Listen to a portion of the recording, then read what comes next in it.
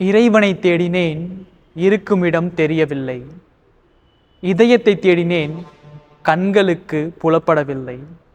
மனிதனை தேடினேன், தேடிய யாவற்றையும் கண்டு கொண்டேன்.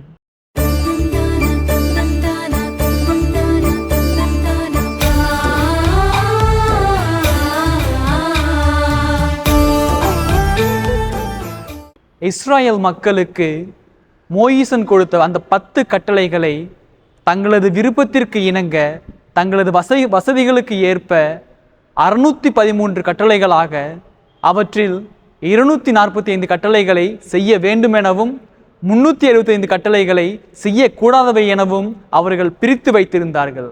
ஆக இருக்கக்கூடிய அந்த 613 கட்டளைகளையும் எதை பின்பற்றினால் நிலைவாழ்வு நமக்கு கிடைக்கும் என்பது அவர்களுக்கு ஒரு மிகப்பெரிய குழப்பமாக இருந்தது.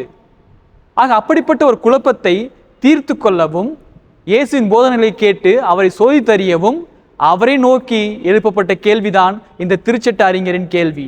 நிலைவாழ்வை பெற்றுக்கொள்ள நான் என்ன செய்ய வேண்டும் போதகரே என்று கேட்கிறார். அதற்கு இயேசு அவரிடமே அந்த கேள்வி திருப்பி கேட்கிறார். உங்களுடைய திருச்சட்ட நூலில் என்ன எழுதியுள்ளது என்று கேட்கிறார். அதற்கு அவர் மறுமொழியாக கூறுகிறார், உன் இறைவனாகிய ஆண்டவரை முழு மனதோடும், முழு இதயத்தோடும், முழு உள்ளத்தோடும், முழு ஆற்றலோடும் அன்பு செய்யுங்கள் என்று கூறுகிறார். அதோடு சேர்த்து நீ உன்னை அன்பு செய்வது போல உனக்கு அடுத்திருப்போரையும் அன்பு செய் என்று கூறுகிறார். இயேசு மறுமொழியாக கூறுகிறார், நீயும் போய் அப்படியே செய் என்று கூறுகிறார். ஆனால் அந்த திருச்சட்ட நூல் அறிஞரானவர் தன்னை நியாயப்படுத்தும் வகையிலே தனக்கு அடுத்திருப்பவர் யார் என்று ஒரு கேள்வியை எழுப்புகிறார். அந்த ஒரு கேள்விக்கு பதிலாகத்தான் நாம் அனைவருமே அறிந்த, நமக்கு மிகவும் பரிச்சயமான அந்த நல்ல சமாரியன் என்கிற ஒரு உவமையானது நமக்கு கொடுக்கப்படுகிறது. இந்த நல்ல சமாரியன் உவமையிலிருந்து நாம் அறிந்து கொள்வது என்ன? அன்பார்ந்தவர்களே, உவமையிலிருந்து நாம் 5 விதமான மனிதர்களை பார்க்கிறோம். அந்த 5 மனிதர்களை பார்க்கின்ற தருணத்திலே காயப்பட்டு கிடப்பவர், திருடன், குரு, லேவியர், நல்ல சமாரியன். அவர்களிடம் இருந்த அந்த 3 விதமான மனநிலைகளை பற்றி பார்க்கின்ற தருணத்திலே நாம் பார்க்கின்றோம். திருடனிடம் இருந்த மனநிலை, என்னுடையதெல்லாம் என்னுடையது, உன்னுடையதும் என்னுடையதே. இரண்டாவதாக பார்க்கக்கூடிய அந்த லேவியர் மற்றும் குரு, இவர்களின் மனநிலையானது, என்னுடையதெல்லாம் என்னுடையது, உன்னுடையதெல்லாம் உன்னுடையது, உனக்கும் எனக்கும் எந்த ஒரு தொடர்பும் இல்லை, எந்த ஒரு சம்பந்தமும் இல்லை.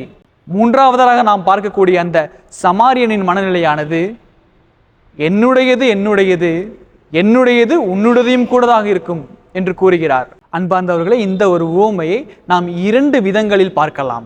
முதலாவதாக மோரல் பாயிண்ட் ஆஃப் வியூ, இரண்டாவதாக ஸ்பிரிச்சுவல் பாயிண்ட் ஆஃப் வியூ. இந்த மோரல் பாயிண்ட் ஆஃப் வியூவில் பார்க்கின்ற தருணத்திலே நமக்கு என்ன தெரிகிறது என்றால், எவர் ஒருவருக்கு உதவி தேவையோ அவருக்கு உதவுவரே அடுத்திருப்பவர் என்று கூறப்படுகிறது. உதவி யாருக்கெல்லாம் தேவைப்படுகிறதோ அவர்கள் அனைவருக்குமே உதவிகள் கொடுக்கப்பட வேண்டும். உதாரணமாக பார்த்தோமானால், நம்முடைய வாழ்க்கையில், நம்முடைய வகுப்பிலே நம்முடைய தோழன் ஒருவன் இருக்கிறான். அவன் தேர்ச்சியில் வெற்றி பெறாமல் தோல்வியடைந்து விட்டான் என்றால் நாம் என்ன கூறுவோம்? அவன் சாதாரணமாக இருந்தான் ஒழியே, அவனுடைய சோம்பேறித்தனத்தின் காரணமாக அவன் தேர்ச்சி பெறவில்லை என்று கூறுவோம்.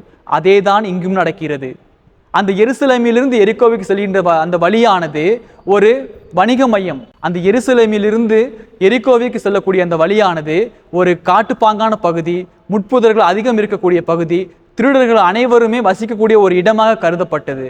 ஆக அப்படிப்பட்ட ஒரு இடத்தில் யாருமே தனியாக செல்ல மாட்டார்கள், கூட்டம் கூட்டமாக தான் செல்வார்கள்.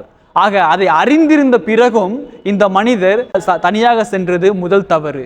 இரண்டாவது, அவர் தன்னுடைய உடைமைகளை கொண்டு சென்றது அடுத்த தவறு. இதன் விளைவாகத்தான் அரை உயிராக அந்த இடத்திலே விடப்படுகிறார். அன்பார்ந்தவர்களே, இந்த ஒரு இடத்திலே அவருக்கு உதவி செய்வது முறையா அல்லது உதவி செய்யாமல் அவரை அப்படியே கடந்து செல்வது முறையா?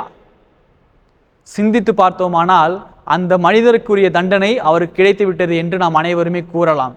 ஆனால் அதைத்தான் தவறு என்று இயேசு கூறுகிறார். அந்த பர்சன், அந்த மனிதரானவர் அந்த ஒரு செயலுக்கு டிசர்விங்காக இருக்கிறாரா, அந்த ஒரு உதவிக்கு டிசர்விங்காக இருக்கிறாரா இல்லையா என்பது இங்கு பொருள் அல்ல, என்பது இங்கே ஒரு கேள்வி அல்ல. மாறாக அந்த ஒரு இடத்தில் அவருக்கு அந்த ஒரு செயலை, அந்த ஒரு உதவியை அனைவரும் கொடுக்க வேண்டும் என்பதே இயேசுவின் வலியுறுத்தலாக இருக்கின்றது. இரண்டாவது பாயிண்ட் ஆஃப் வியூவில் பார்த்தோமானால், அந்த ஸ்பிரிச்சுவல் பாயிண்ட் ஆஃப் வியூவில் அந்த எருசலேம் என்பது ஒரு city of God, the God's presence is there. அந்த ஸ்பிரிச்சுவல் பாயிண்ட் ஆஃப் வியூவில் இறைவனின் பிரசன்னமானது அந்த எருசலேம் ஆலயத்தில் இருக்கிறது. அந்த இறைவனின் பிரசன்னத்திலிருந்து எரிக்கோவை நோக்கி வருகின்ற தருணத்திலே, உலகத்தை நோக்கி வருகின்ற தருணத்திலே நாம் அனைவருமே மிகவும் கவனமாக இருக்க வேண்டும். அப்படி இல்லை என்றால் நாம் எந்த அளவுக்கு இறைவனின் பிரசன்னத்திலிருந்து வருகின்றோமோ அந்த அளவுக்கு ஆபத்தை நோக்கி நாம் அனைவருமே இந்த நவநவீன உலகத்தில் சென்று கொண்டிருக்கிறோம். இப்படிப்பட்ட ஒரு தருணத்திலே எப்படி நம்மளால் அந்த ஒரு நல்ல சமரின் உவமையை நமக்கானதாக எடுத்துக்கொள்ள முடியும் என்று பார்த்தோமானால், நாம் அனைவருமே நமக்கு உரியவற்றை பற்றி தான் நாம் அனைவருமே கவலைப்பட்டு கொண்டிருக்கின்றோம். நாம் அனைவருமே பெறுபவர்களாக தான் இருக்கின்றோம். நாம் அனைவருமே கொடுப்பதற்கு மனமில்லாதவர்களாக இருக்கின்றோம். குரு சென்றார், லேவியர் சென்றார், அவர்களுக்கு ஒரு காரணம் இருந்தது. அது ஏனென்றால், இந்த மனிதனை நான் தொட்டுவிட்டேன் என்றால், அவர் பை சான்ஸாக இறந்து விட்டார் என்றால் நான் தீட்டானவனாக ஆகிவிடுவேன். அதனால் என்னால் அந்த இறை சடங்கை, இறைவனுக்கு உரிய அந்த பணியை செய்ய இயலாது. அதனால் நான் இவன் அப்படியே இருக்கட்டும் என்று சென்று விடுகிறார்கள். ஆனால் அந்த சமாரியனோ அப்படி அல்ல. எதுவாக இருந்தாலும் சரி, என்ன நடந்தாலும் சரி என்று தனது உயிரை பொருட்படுத்தாமல் அந்த ஒரு இடத்திலே அவருக்கு உதவிகள் செய்ய சென்றான் என்றால், எனக்கும் ஏதோ ஆபத்து நடந்துவிடும் என்ற ஒரு கருத்தை முன்வைக்காமல், நான் அவருக்கு உதவி செய்யவில்லை என்றால் அவருடைய நிலைமை என்ன ஆகுமோ என்ற அந்த ஒரு செயலை, அந்த ஒரு கருத்தை தனது மனதில் வைத்து அவருக்கு உதவிகள் செய்கிறார். அன்பார்ந்தவர்களே, நம்முடைய வாழ்க்கையில் பார்க்கின்ற தருணத்திலே பெரும்பாலான நேரங்களில் நாம் அனைவருமே அனைவருக்காகவும் எதையும் செய்வதில்லை. மாறாக நமக்கு மிகவும் பிடித்தவர்களுக்காக தான் நாம் அந்த செயல்களை செய்கிறோம். ஆனால் அந்த செயல்களை நாம் முழுமையாக செய்கிறோமா அல்லது அரை மனதுடன் செய்கின்றோமா என்று சிந்தித்து பார்க்க வேண்டும். உதாரணமாக, ஒரு ஊரிலே ஒரு மனிதன் இருக்கிறான். அந்த மனிதன் ஒரு கஞ்சத்தனமான மனிதன். யாருக்கும் எதையுமே கொடுக்க மாட்டான். யார் எதை கொடுத்தாலும் அனைத்தையுமே வாங்கி கொள்ளுவான். அப்படிப்பட்ட ஒரு மனிதன் அன்பார்ச்சுனேட்டா தவறுதலாக ஒரு கிணற்றிலே விழுந்து விடுகிறான். அந்த ஊரில் உள்ள அனைவருமே அவனை பல மணி நேரமாக போராடுகிறார்கள். மேலவா மேலவா என்று பல விஷயங்கள் கூறுகிறார்கள். ஆனால் யாராலையும் அந்த மனிதரை மேலே கொண்டு வர முடியவில்லை. அங்கிருந்து வந்து கொண்டிருந்த ஒரு மனிதர் அந்த கூட்டத்தை பார்த்து விட்ட பிறகு அங்கு செல்கிறார். சென்று விட்ட பிறகு அனைவரும் பின்வருகிறார்கள். இவர்கள் உள்ளே செல்கிறார். உள்ளே சென்று விட்ட பிறகு அந்த மனிதனை வெளியே கூட்டி வருகிறார். அனைவருமே கேட்கிறார்கள், எப்படி நாங்கள் அனைவருமே இவ்வளவு நேரமாக அந்த மனிதனை வெளியே கொண்டு வர பாடுபட்டோமே, எங்களால் முடியவில்லை, ஆனால் எப்படி உங்களால் அது முடிந்தது என்று கேட்கிறார். அதற்கு அந்த மனிதர் அழகாக சொல்லுகிறார், உங்களுக்கெல்லாம் ஒரு கஞ்ச பையன் தெரியாதா? அவன்கிட்ட போய் நீ கொடுன்னா எப்படி கொடுப்பான்? நான் போன எதுவுமே சொல்லலை. தம்பிங்க பாருப்பா, என் கையை வாங்கிக்க, என்னுடைய கையை பெற்றுக்கொள் என்று சொன்னேன். உடனே என் கையை வாங்கினான், என் கையை பிடிச்சான், நான் மேலே இழுத்துட்டு வந்துட்டேன் என்று கூறுகிறார்.